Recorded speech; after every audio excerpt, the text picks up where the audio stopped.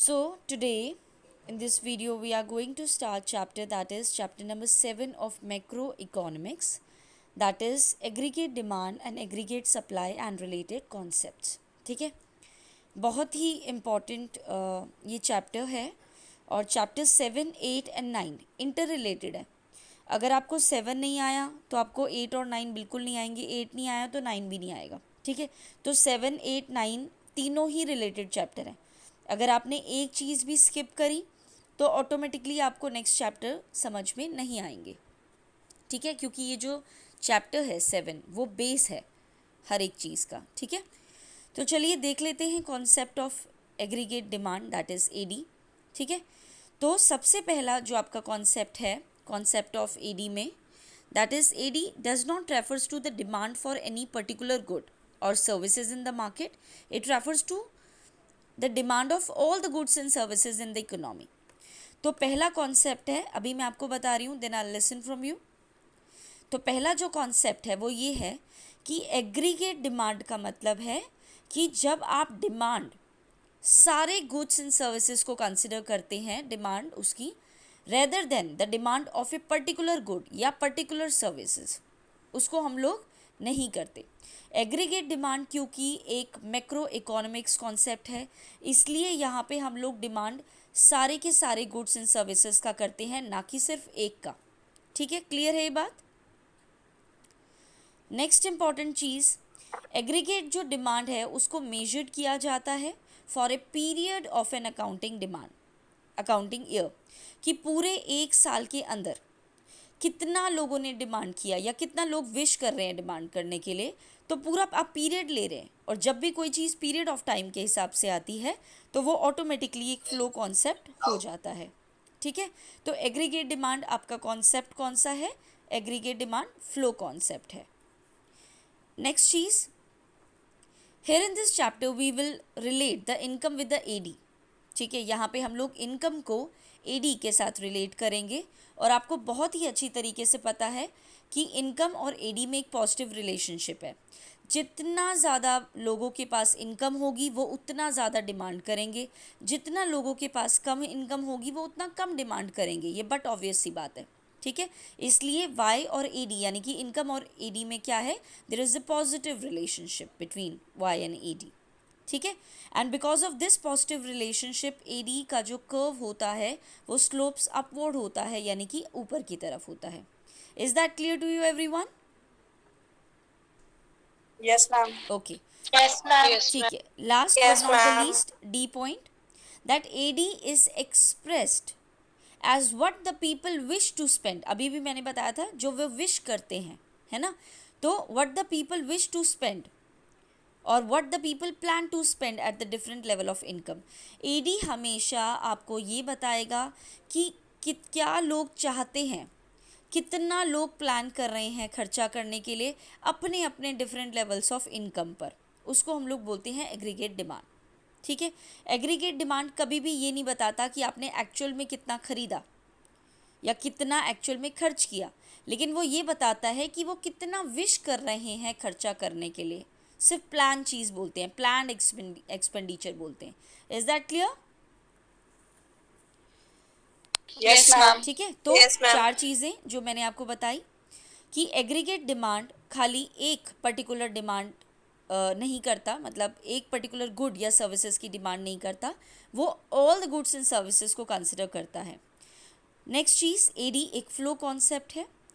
Third, Y और AD में positive relationship है, जितनी ज़्यादा वाई होगा उतना ज़्यादा डिमांड लोग करेंगे, यानी कि एडी उतना ज़्यादा होगा. फोर्थ चीज़ कि एडी हमेशा प्लान्ड एक्सपेंडिचर की बात करता है, what the people wish to spend. ठीक है, नेक्स्ट आ जाता है एडी की डेफिनेशन कि aggregate demand is the sum total of expenditure, that expenditure मतलब जो खर्चा होता है. ठीक है, तो एग्रीगेट डिमांड एक्चुअल में आपको सम बताता है, टोटल बताता है खर्चों का, जो कि पीपल प्लान कर रहे हैं खर्चा करने के लिए, what the people plan to incur on the purchase of goods and services. यानी कि जो भी लोग खर्चा करने के लिए प्लान कर रहे हैं produced in the economy during one accounting year या during the period of an accounting year corresponding to their different levels of income. को हम लोग बोलते हैं एग्रीगेट डिमांड। ठीक है, फॉर एग्जाम्पल मेरी इनकम 1 लाख रुपीज़ है पर मंथ की। ठीक है, तो ऐसे इनकम में मैं अगर प्लान कर रही हूँ कि हाँ मुझे गाड़ी लेनी है। ठीक है, तो मेरी इनकम हुई 1 लाख रुपीज़। अब मैं प्लान कर रही हूँ गाड़ी लेनी है, लेकिन अब मैं देखूंगी कि मुझे गाड़ी किस बजट के अंदर देखनी है। क्या मैं विद इन द 10 लाख खरीदूंगी, या विद इन द 15 लाख खरीदूंगी, या विद इन द 20 लाख खरीदूंगी। तो आप एक्चुअल में जब गाड़ी के बारे में सोच रहे हैं तो आप एक्चुअल में प्लान कर रहे हैं अपने खर्चों को, क्योंकि आपने परचेज करना है गुड, यानी कि परचेज करनी है कार। ठीक है, इस साल के अंदर अंदर, यानी कि produced in the economy during the accounting year corresponding to the different levels of income. Is that clear? Definition आपको क्रिस्प बिल्कुल लर्न करनी पड़ेगी, इधर की उधर नहीं करनी है डेफिनेशन। तो it is the sum total of expenditure that the people plan to incur, incur मतलब खर्चा करने के लिए प्लान कर रहे हैं, on the purchase of goods and services produced in the economy during the period of an accounting year corresponding to the different level of income. Is that clear? Yes, ma'am. ठीक है, next आ जाता है behaviour of aggregate demand. Behaviour of aggregate demand is studied in the terms of behaviour of expenditure. Aggregate demand की अगर हम लोग कभी भी बात करते हैं तो इसको सीधा से सीधा हम लोग रिलेट करते हैं, किससे रिलेट करते हैं? एक्सपेंडिचर से रिलेट करते हैं। ठीक है, अगेन एक्सपेंडिचर को भी कैसे रिलेट करते हैं? Corresponding to the different level of income in the economy.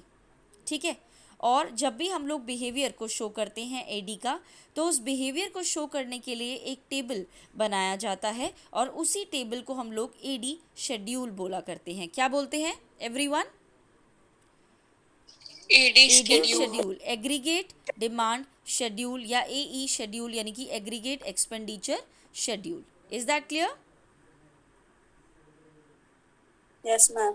Okay, Yes, ma'am. Yes, ma'am.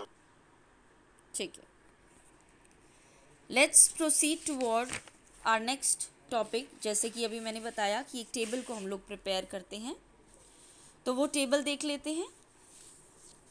तो आपको क्वेश्चन में गिवन है, क्वेश्चन में नहीं, this table you have to make your own. ठीक है, तो अभी अभी मैंने आपको बताया कि एक्चुअल में सेकंड पॉइंट या थर्ड पॉइंट में ही कि वाई और एडी में जो रिलेशनशिप है वो पॉजिटिव है ना। जितनी ज़्यादा डिमांड इनकम होगी उतनी ज़्यादा एग्रीगेट डिमांड होगा। ठीक है, अब क्वेश्चन में सॉल्यूशन जब आप करेंगे तो ऑटोमेटिकली आप इनकम और एडी यानी कि दो कॉलम्स को क्रिएट करेंगे। इनकम पहले 0 लेंगे, फिर 100, 200, 300, 4, 5, 6, इस तरीके से आप इनकम को लेंगे, देन एग्रीगेट डिमांड लेंगे। देखिए, जब इनकम बिल्कुल 0 है तब आप डिमांड कितने की कर रहे हैं, कितना प्लान कर रहे हैं खर्चा करने के लिए? 80 रुपीज़ फॉर एग्जाम्पल। जब आपकी इनकम 100 हुई, यानी कि आपकी इनकम, पहले तो ये था कि आप कमा ही नहीं रहे थे तो आपकी इनकम 0 थी, जैसे अभी की एज में। अभी अगर आपकी एज ए स्टूडेंट लाइफ है, ठीक है, तो आप इनकम आपकी 0 है, लेकिन ऐसा तो नहीं है कि आप प्लान ही नहीं करते हो। आप प्लान करते हो ना कि जब आपका बर्थडे आएगा, या नॉर्मली भी जो भी है कि आपके इतने खर्चे हैं, आपको वॉच लेनी है, आपको फ़ोन लेना है, आपको ये लेना है, आपको वो लेना है, तो आप डिमांड तो अभी भी कर रहे हैं। तो जब आपकी इनकम 0 है, still you are demanding, right. तो अगर फॉर एग्जाम्पल डिमांड आपने 80 रुपीज़ ले ली, 80, ठीक है, इनकम जैसे जैसे बढ़ी, यानी कि 0 से 100 हुई, तो यहाँ पे भी डिमांड भी बढ़ गई 80 से 160। फिर इनकम इंक्रीज़ हुई 200, यानी कि 100 रुपीज़ से बढ़ गई। सेम इसी तरीके से एग्रीगेट डिमांड अगेन 80 से बढ़ गया। तो उसी तरीके से इनकम जो है वो 100 से बढ़ी है, चाहे आप देखेंगे तो 100 से 200, 200 से 300, 3 से 4, 4 से 5, 5 से 6, तो 100 से बढ़ रही है। उसी तरीके से एग्रीगेट जो डिमांड है वो भी आपकी 80 से बढ़ रही है। 80 + 80 160, then 80 + 240, then 80 + 320, plus 80 400, plus 80 480, plus 80 560। ठीक है, तो यानी कि जैसे जैसे आपकी इनकम रेज हो रही है वैसे वैसे आपकी एग्रीगेट डिमांड भी क्या हो रही है, रेज हो रही है। इसका मतलब साफ दिख रहा है कि there is a positive relationship between Y and A D. Is that clear? Yes, ma'am. ठीक है, अब ऑब्जर्वेशन देख लेते हैं। पहली ऑब्जर्वेशन ये है कि A D can never be zero. ठीक है, ए डी कभी भी ज़ीरो नहीं हो सकता। लोग कभी भी डिमांड करना भूल के भी बंद नहीं कर सकते। ठीक है, क्योंकि रीज़न क्या है, यू ऑल नो, आप खुद एक स्टूडेंट लाइफ में हैं, जबकि you are making money nothing, ठीक है, you are making no money but still you are demanding, तो एग्रीगेट डिमांड आपकी ज़ीरो नहीं हो सकती, even then the income is zero, चाहे आपकी इनकम ज़ीरो ही क्यों ना हो, लेकिन स्टिल इंसान कभी भी डिमांड करना नहीं छोड़ता, AD can never be zero even when the income is zero, number one. Because there is a minimum level of expenditure, क्योंकि मिनिमम से मिनिमम जो लेवल ऑफ एक्सपेंडिचर है वो असेंशियल होता है सर्वाइवल के लिए, ठीक है। और जब आपकी इनकम बिल्कुल भी नहीं होती ना, और तब आपको डिमांड करते हो, तो 80 रुपीज़ लाओगे कहाँ से? तो 80 रुपीज़ या तो आप किसी से बोरो करोगे खर्चा करने के लिए, फॉर एग्जाम्पल आपको अर्जेंटली 80 रुपीज़ चाहिए ही चाहिए, तो या तो आप किसी से बोरो करके खर्चा करोगे, या तो जो भी आपके पास पुरानी सेविंग्स पड़ी हैं, आपका जो पिगी बैंक है, आपका जो सेविंग्स है, ठीक है, उसको आप ब्रेक करोगे, उनको तोड़ोगे, उनको नेगेटिव सेविंग्स कर दोगे, ठीक है, और उस सेविंग्स का पैसा यूज़ करोगे आप अपनी डिमांड्स को फुलफ़िल करने के लिए, ठीक है। ऑब्जर्वेशन समझ में आ गया? टेबल को रिकॉल कर लीजिए, पहले 0 और 80 रखना है, इनकम में 100 से ऐड ऑन करना है, और 80 में 80 से ऐड ऑन करना है। चलिए, ऑब्जर्वेशन आपने देख ली। पहली ऑब्जर्वेशन ये है कि AD can never be zero even when the income is zero, because there is a minimum level of expenditure that is essential for survival। अब कैसे करेंगे? which can be done from borrowings or negative savings। Next है आपका कि एक यहाँ पे अगर हम लोग देखें इस पॉइंट पे 400 इस पॉइंट पे आपकी इनकम और आपका एग्रीगेट डिमांड बिल्कुल इक्वल है, लेकिन उससे पहले अगर ये चार हम लोग देखें तो इस केस में इनकम 0 और 80 में 80 बढ़ा है, यानी कि डिमांड बढ़ी है। 100 और 160 में अगेन ये बढ़ा है, डिमांड बढ़ी है। 200 और 250 में अगेन एडी बढ़ा है। 300 और 320 में अगेन एडी बढ़ा है। तो यानी कि वाई और एडी से पहले वाले, प्रायर टू दिस पॉइंट, आपका एग्रीगेट डिमांड ज़्यादा होता है इनकम से, लेकिन पोस्ट टू दिस पॉइंट, यानी कि जब वाई और एडी बराबर होते हैं, इस पॉइंट के पोस्ट में यानी कि बाद में आपकी जो एग्रीगेट डिमांड है, दोनों में से कंपेयर करें तो 500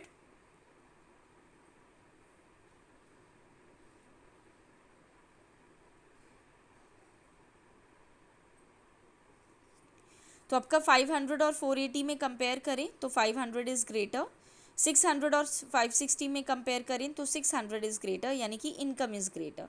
तो पोस्ट दिस पॉइंट आपका इनकम ज़्यादा होता है एडी से, लेकिन बिफोर दिस पॉइंट आपका AD is greater than Y होता है। क्लियर? चलिए, अब नेक्स्ट ऑब्जर्वेशन, पहली ये थी observation that has already been discussed in the class. Second observation is when y increases AD also increases and there is a positive relationship between y and AD। ठीक है, ये हमने clear कर लिया। यश, you have entered in the class but this is of 12th A5 class, you can leave the class। next is second point कि after this point, ठीक है, after this point where y is equal to में AD, income start increases and it lags behind the AD, यानी कि ऐसे case में क्या होता है कि इनकम ज़्यादा होती है और वो पीछे छोड़ देती है किसको? डिमांड को। यहाँ पे 20 से छोड़ा और यहाँ पे 40 रुपीज़ से इंक्रीज़ हो गया है। तो पीपल, ऐसे केस में क्या होता है, जब भी इनकम ज़्यादा होती है और खर्चे थोड़े से अंडर कंट्रोल होते हैं, तो जो बाकी का जो पैसा बच रहा होता है उस वहाँ पे हमारी सेविंग्स जो हैं वो आपकी पीपल जो है start savings when the income increases. Clear? Yes, ma'am. Is that clear to everyone? Yes, ma'am. ठीक है, ओके। नेक्स्ट आ जाता है आपका एडी कर्व। एडी कर्व आपको किस तरीके से क्रिएट करना है?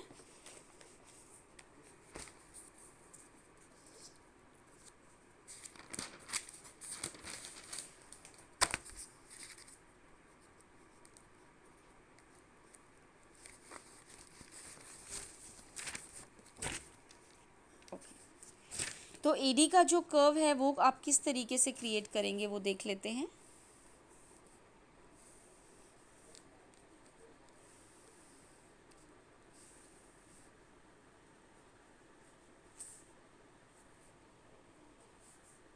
ठीक है, यहाँ पे आप शो करेंगे एग्रीगेट डिमांड को,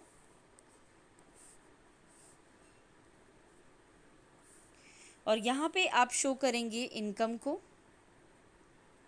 which is denoted by Y and we can say GDP।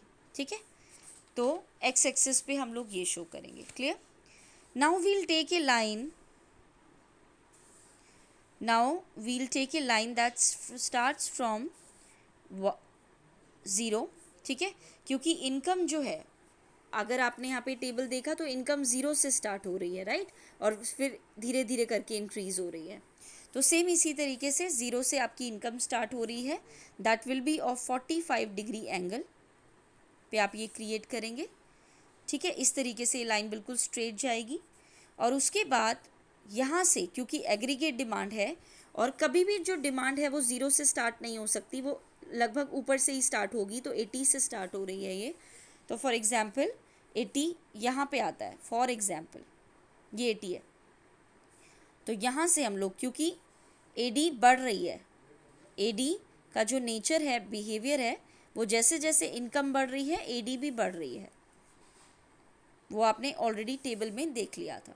ठीक है, तो यहाँ पे इस तरीके से आप AD बनाएंगे। यहाँ से इसलिए स्टार्ट किया because AD can never B 0। ठीक है, इस पॉइंट पे, ये जो पॉइंट है, इस पॉइंट पे y और AD जो है बराबर है, इसलिए इस पॉइंट को इक्विलिब्रियम पॉइंट बोलते हैं। कौन सा पॉइंट बोलते हैं? इक्विलिब्रियम। हाँ, अब इस पॉइंट से प्रायर यानी कि पहले, अगर आप देखें दोनों में कंपेयर करें तो ये लाइन ऊपर आ रही है, ये लाइन नीचे, और ये लाइन है AD की, यानी कि AD जो है इस लाइन में अबव है, ये देखिए, और ये जो लाइन है y की, ये नीचे आ रही है, यानी कि इस पॉइंट में AD is greater than y। ठीक है, लेकिन पोस्ट टू दिस पॉइंट आपका y ग्रेटर है और AD कम है, तो कह सकते हैं कि y is greater than AD। ठीक है, जिस साइड भी ओपन होगा वो साइड ग्रेटर होगी। Is that clear? Diagram clear हो गया everyone? Yes ma'am. Yes ma'am. ठीक है, ओके। अब देखिए, AD शेड्यूल की बातें हो चुकी हैं, अब आ जाते हैं AD कर्व पे। तो AD कर्व में जैसे कर्व बनाना है, I have already explained you. ठीक है, अब आ जाता है कि AD कर्व है क्या। जैसे AD schedule is a table, AD schedule क्या है? टेबल है। AD schedule is a table, लिख नहीं रखा है नोट्स में, इसलिए यहाँ पे लिखवा रही हूँ। AD schedule is a table showing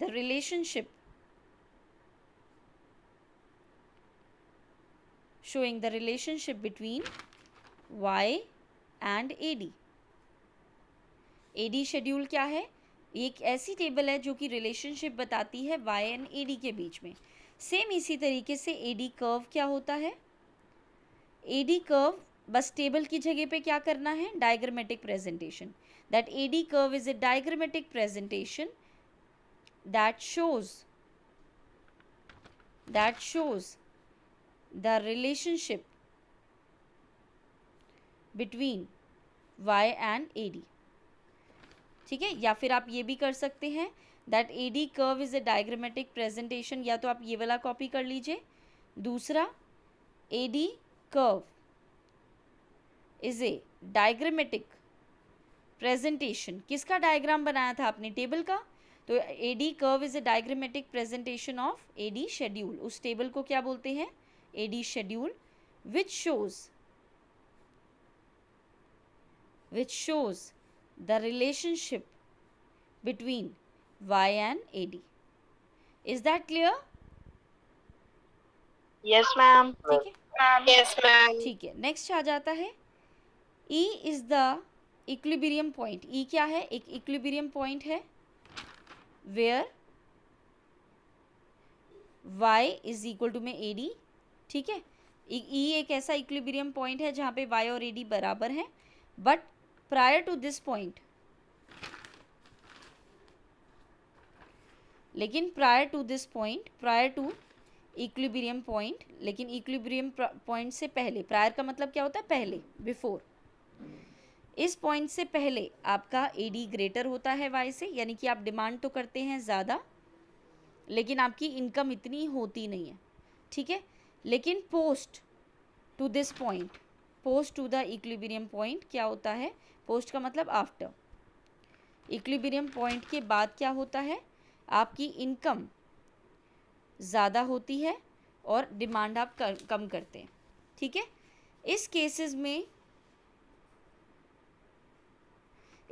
में जब आपकी इनकम तो कम है, डिमांड आप ज़्यादा कर रहे हो, ठीक है। अब इनकम तो नहीं है इतनी, तो जब इनकी इनकम है ही नहीं तो इतना डिमांड का पैसा कहाँ से लाओगे एवरीवन, कहाँ से लाएंगे, सेविंग से या बोरोइंग से। तो बोरोइंग को यहाँ पे भी हम कंसिडर नहीं करते हैं, तो सेविंग से लाएंगे तो सेविंग्स रिड्यूस हो जाएंगी, तो यहाँ पे माइनस कर दिया, ठीक है। लेकिन जब भी आपकी इनकम बढ़ती है, डिमांड आपकी कम है, फॉर एग्जांपल इनकम है आपकी 500, ठीक है, और आप डिमांड कर रहे हो 480 का, तो ये जो बचा हुआ पैसा है उसको आप सेव कर लोगे, तो सेविंग्स इंक्रीज होंगी, तो यहाँ पे हम क्या कर देंगे प्लस। और जब इक्विलिब्रियम पॉइंट है जहाँ पे वाई और एडी बराबर है, यानी कि आपने कमाया 400 और 400 का ही 400 खर्च कर दिया, तो सेविंग्स क्या हुई, ज़ीरो। सेविंग्स क्या हुई एवरीवन, ज़ीरो। ठीक है, क्लियर हो गई।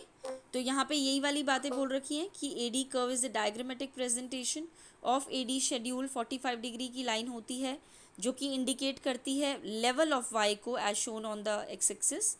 ई पॉइंट है जहाँ पे वाई और एडी बराबर है, before this point AD is greater than Y होता है, आफ्टर दिस पॉइंट इनकम ज़्यादा होती है, पीपल स्टार्ट सेविंग्स। एडी कभी भी ज़ीरो नहीं हो सकती, आई हैव ऑलरेडी स्टेटेड कि एडी कभी भी ज़ीरो नहीं हो सकती चाहे इनकम क्यों ना ज़ीरो हो जाए, ठीक है, ऑलरेडी डन है, क्योंकि मिनिमम लेवल ऑफ कंजम्पशन करना ही पड़ता है इस वजह से, ठीक है। और यहाँ पे हमारा जो मिनिमम लेवल है एडी का वो कितना है आपका 80। मिनिमम लेवल उस लेवल को कहेंगे जब आपकी इनकम ज़ीरो होगी, तो जब आपकी इनकम ज़ीरो होती है तब जो लेवल होता है एडी का उसको हम लोग मिनिमम लेवल ऑफ एडी बोलते हैं। क्या बोलते हैं everyone, minimum level of AD. तो मिनिमम लेवल ऑफ एडी तब होता है जब आपकी इनकम ज़ीरो होती है, यानी कि 80। AD is equal to 80 when income is equal to zero, ठीक है। Is that clear everyone? Yes ma'am. Yes ma'am. Okay then.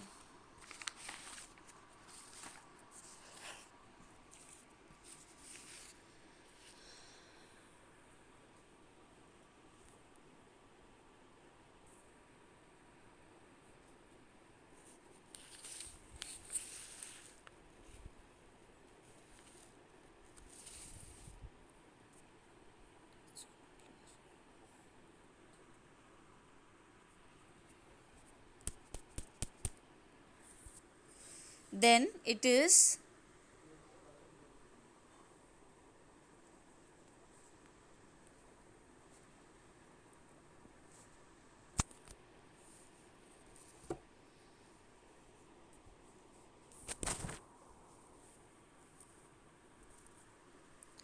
Then AD schedule जो भी है वो ऑलरेडी मैं आपको बता चुकी हूँ, as the camera is blur then I will just state it, है ना, कि AD schedule is a table showing AD corresponding to the different levels of income in the economy, ठीक है। एडी शेड्यूल एक ऐसी टेबल है जो कि एक्चुअल में किसको शो करती है, दैट शोज एडी को corresponding to the different levels of income in the economy, and AD is positive related to the income, ठीक है।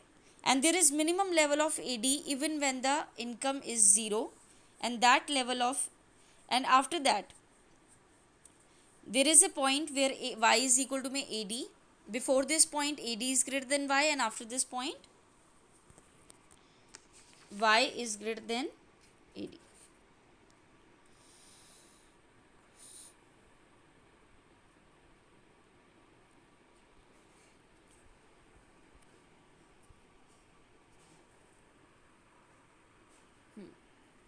Same as with AD curve.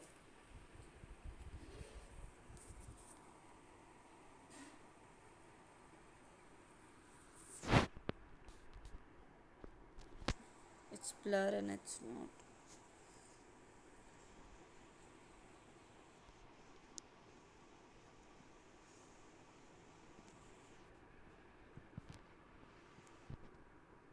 Now it's clear. Okay, let's proceed. Now we'll study about the components of AD. Components of AD. As you know that in our economy is of two types. One is closed economy, another one is open economy. Closed economy is the economy where there is no involvement of the rest of the world sector, external sector we can say. And open economy is that economy that involves the rest of the world sector, export and import. Closed economy does not include export and import, but open economy includes export and import. ठीक है. Closed economy is of consist of two sectors. One is two sector, another one is three sector closed economy, and open sector includes all the sectors. All the means 2, 3, 4 all the sectors. ठीक है. But in this chapter we have to take two sector economy. It is our assumption in this chapter. In next one, in chapter number 7, 8 and 9 we'll use to follow two sector closed economy only. ठीक है, as per the criteria. तो two sector closed economy में arise, क्योंकि there are two sector only, producer sector and consumer sector, household sector we can say. So AD is equal to me C plus I, that is C is the private consumption expenditure that is done by household, and I is the producer investment expenditure. ठीक है. तो C is done by household sector, consumption expenditure, investment expenditure is done by producer sector. तो household plus producer, AD is equal to me C plus I. 3 में आपका government sector भी आएगा, तो AD is equal to me C plus I plus G. रही बात expenditure method की national income में, वो ऑलरेडी हम लोग डिस्कस कर चुके हैं, that is C plus I plus G, है ना. 2 सेक्टर है तो यही आएगा, 3 में G भी आ जाएगा, और क्योंकि ये rest of the world sector है तो पूरा फॉर्मूला डिराइव हो जाएगा, दैट इज AD इज इक्वल टू C plus I plus G plus X minus M. आपको याद है ना फॉर्मूला एक्सपेंडिचर मेथड का नेशनल इनकम में? Yes ma'am. तो यही फॉर्मूला था ना, C plus I plus G plus X minus M. अगर खाली इन दोनों को लोगे तो 2 सेक्टर है, इन तीनों को लोगे 3 सेक्टर है, इन चारों को लोगे ओपन इकोनॉमी हो जाएगी. Is that clear? Yes ma'am. इनकी एक्सप्लेनेशन मैं नहीं करवा रही हूँ, ठीक है. इनकी explanation I will give you the notes, वो आप अपने आप ही देख लीजिएगा.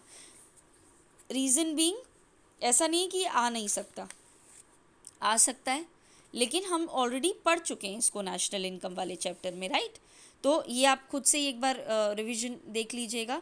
ज़्यादा कुछ नहीं दे रखा है कि 2 सेक्टर इकोनॉमी में हाउस होल्ड और प्रोड्यूसर सेक्टर आ जाते हैं, गवर्नमेंट सेक्टर नहीं आता. C is the household consumption expenditure. Household actual में परचेज करता है गुड्स एंड सर्विसेज को, जिसके बदले में वो कंजम्पशन एक्सपेंडिचर करता है on the purchase of goods and services. I is the producer investment expenditure की प्रोड्यूसर परचेज करता है गुड्स को ताकि वो इन्वेस्टमेंट कर सके या प्रोडक्शन को आगे प्रोसीड कर सके, तो वो इन्वेस्टमेंट एक्सपेंडिचर करता है. ठीक है. Again there is no government sector. और 3 सेक्टर इकोनॉमी में इन दोनों के अलावा गवर्नमेंट सेक्टर भी आ जाता है. सी और आई ऑलरेडी एक्सप्लेन्ड है.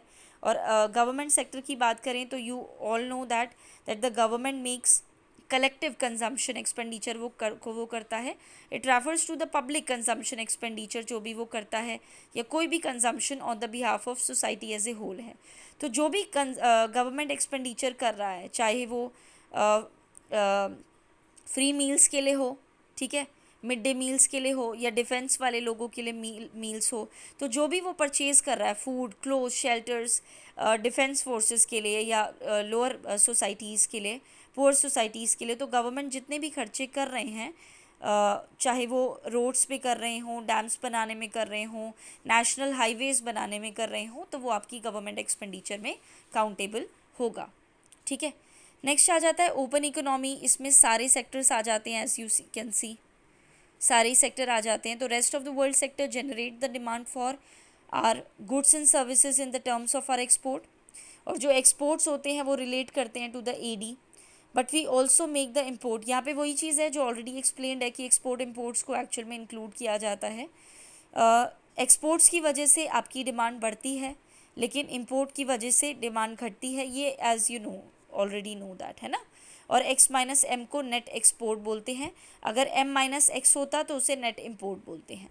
ठीक है, is that clear everyone? Yes, ma'am. ठीक है, so what your homework is, Yes, ma'am. आज मैंने आपको कंप्लीट एडी करा दिया है। You need to learn each and every concept of this. ठीक है, और पूरा टेबल बना के देखो, डायग्राम बना के देखो, डेफिनेशन लिखो। तो आज की डेट में मैंने आपको AD complete, aggregate demand complete करा दिया है। नेक्स्ट क्लास में मैं आपको एग्रीगेट सप्लाई स्टार्ट करूँगी, but it is your homework कि आप आज के आज में ही इसको कंप्लीट करें up to this point. Is that clear? Excuse me, ma'am. Yes बेटा, मैम इस पूरे चैप्टर के नोट्स भेज देना। Sure sure sure. ठीक है, इज़ दैट क्लियर? आज जो कराया है अच्छी तरीके से समझ में आ गया सभी को? Yes, ma'am. ठीक है, आदित्य आपको आ गया बच्चे? Yes, ठीक है, ओके। Yes, ma'am. मैम। हाँ जी बच्चे। Ma'am yes. मैम एक बार बैंकिंग वाले चैप्टर का जो एक पॉइंट था ना, कस्टोडियन ऑफ फॉरेन एक्सचेंज, वो समझाना है। मैम वो एक बार दोबारा से बताओ। ठीक है, यस मैम। ठीक है, एक सेकेंड, बस एक सेकेंड।